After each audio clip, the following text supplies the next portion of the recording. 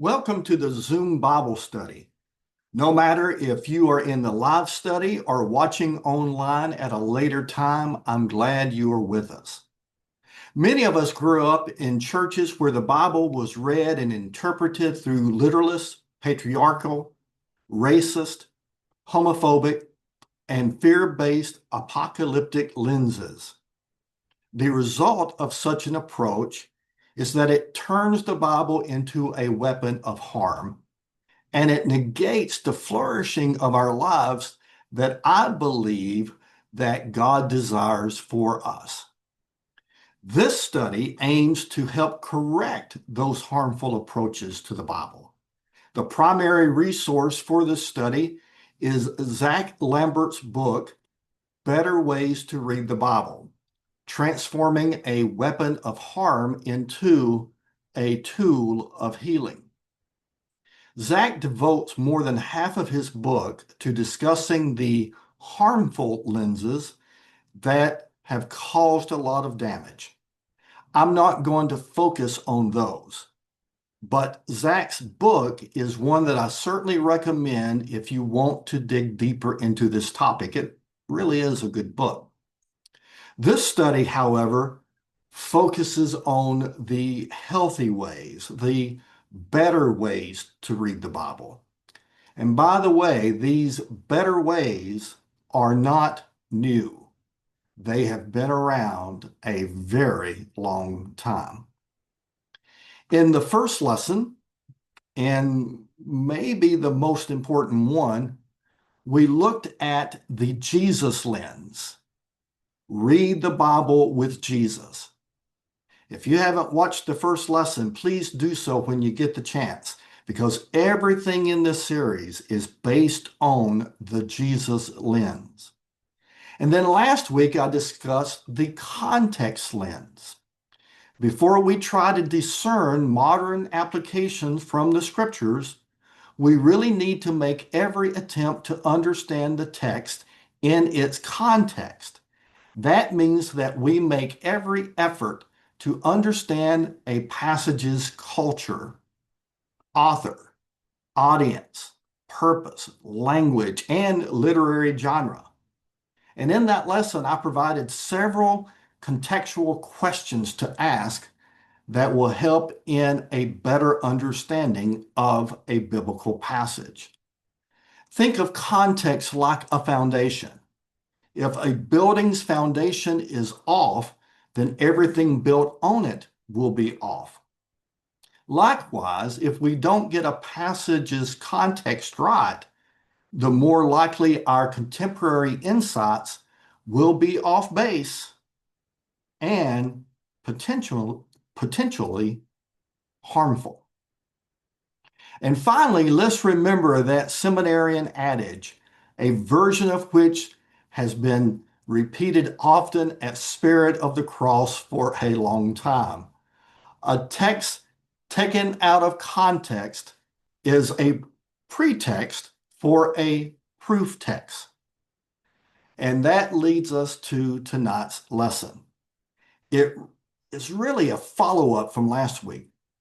Tonight, we'll use the tools we learned last week, the context lens, to examine a proof text that's often used to deny church leadership to women, and it's a verse that's used to silence the voices of women. In his book, Zach breaks down 1 Timothy 2:12. So here we go.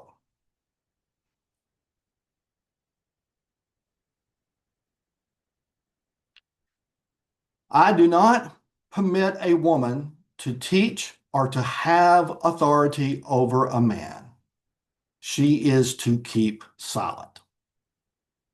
Now, in my opinion, this is a classic example of a text taken out of context that becomes a pretext for a proof text.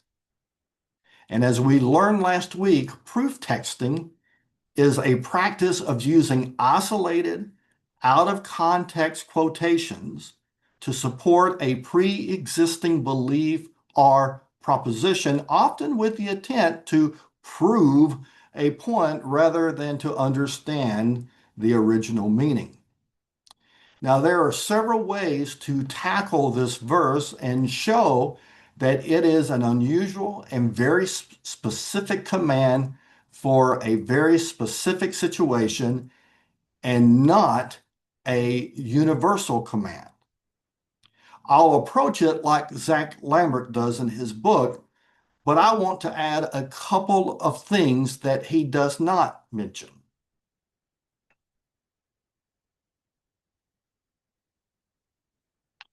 And that is the Greek word authentian. Now, this is the only place in the Bible where the word authentian is found. And I find it interesting that the Apostle Paul wrote about leadership and authority often, but never used it anywhere but in this verse.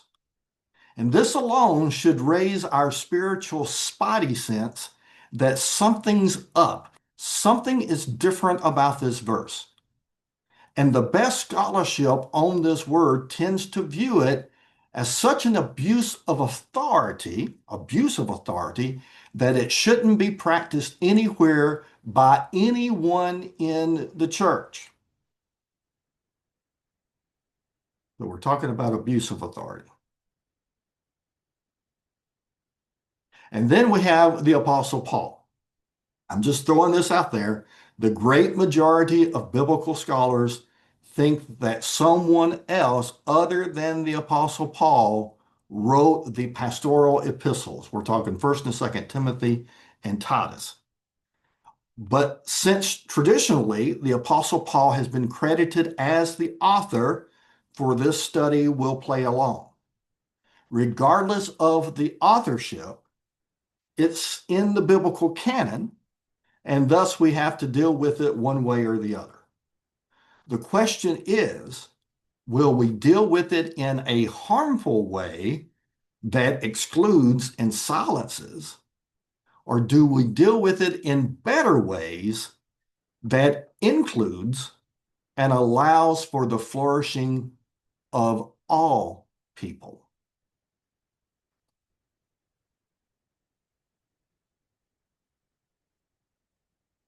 Now, back to Zach Lambert and how he deals with this passage. Let's first use the Jesus lens. How did Jesus interact with women?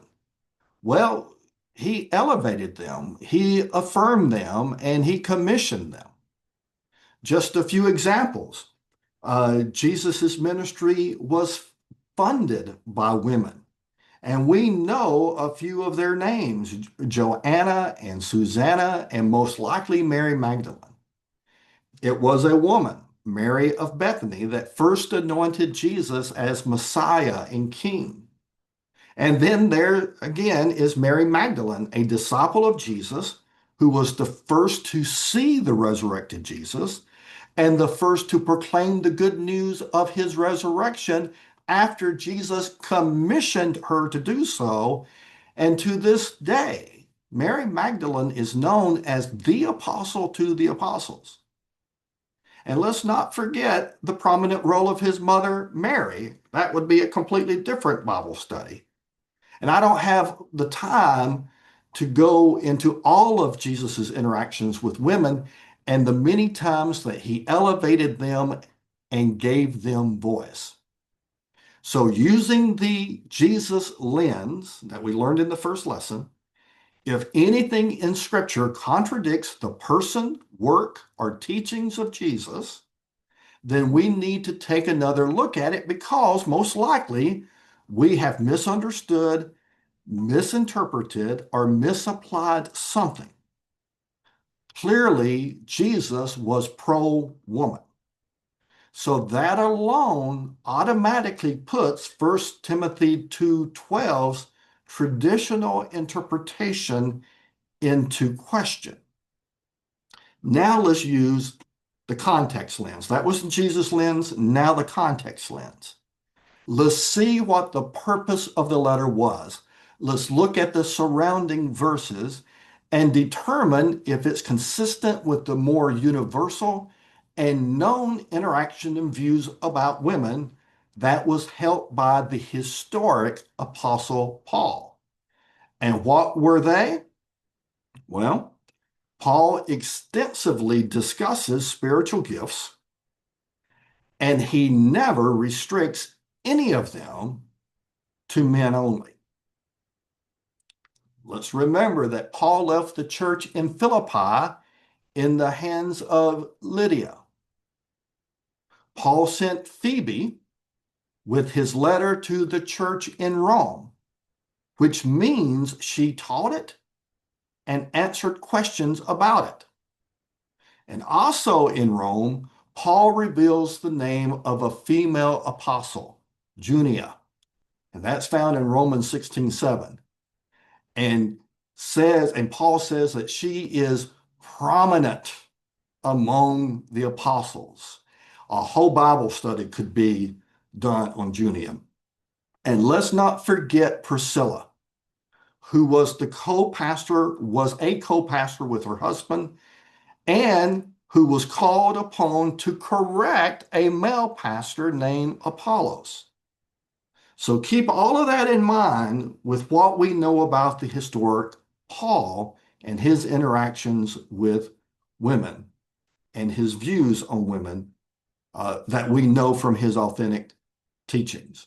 So now let's go back to our text. In 1 Timothy 1, verses 1 through 7, now our text is in 1 Timothy 2, but in the first chapter, the purpose of the letter is given to us. Paul writes to Timothy in Ephesus, instructing him to deal with false teachers and false teachings in the church at Ephesus. Note also that this letter isn't written to the whole church like most Pauline letters.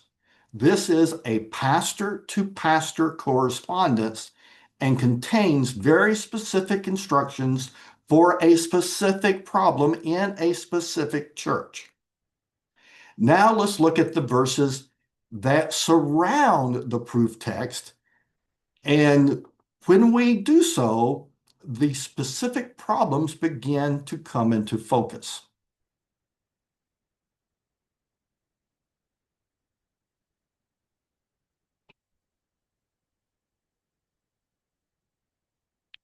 I desire then that in every place the men should pray, lifting up holy hands without anger or argument.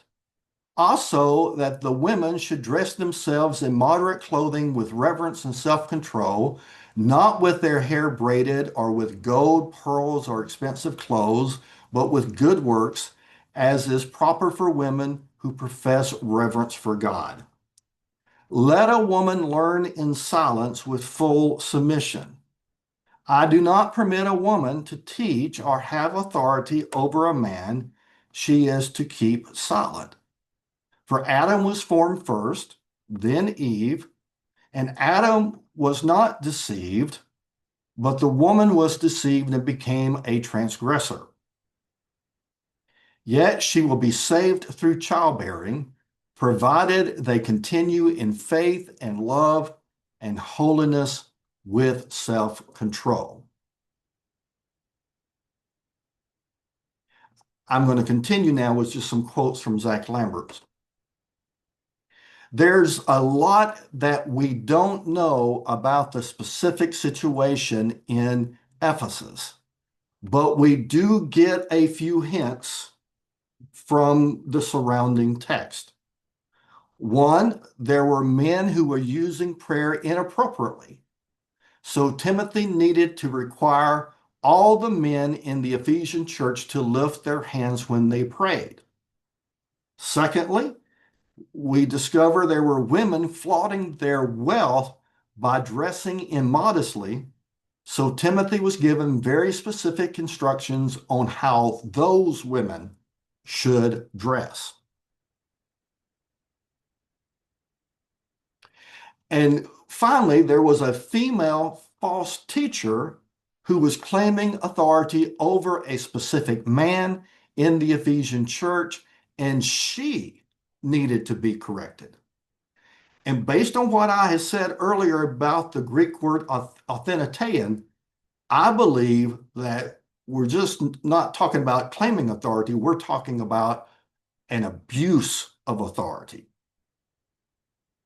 I continue with Zach Lambert.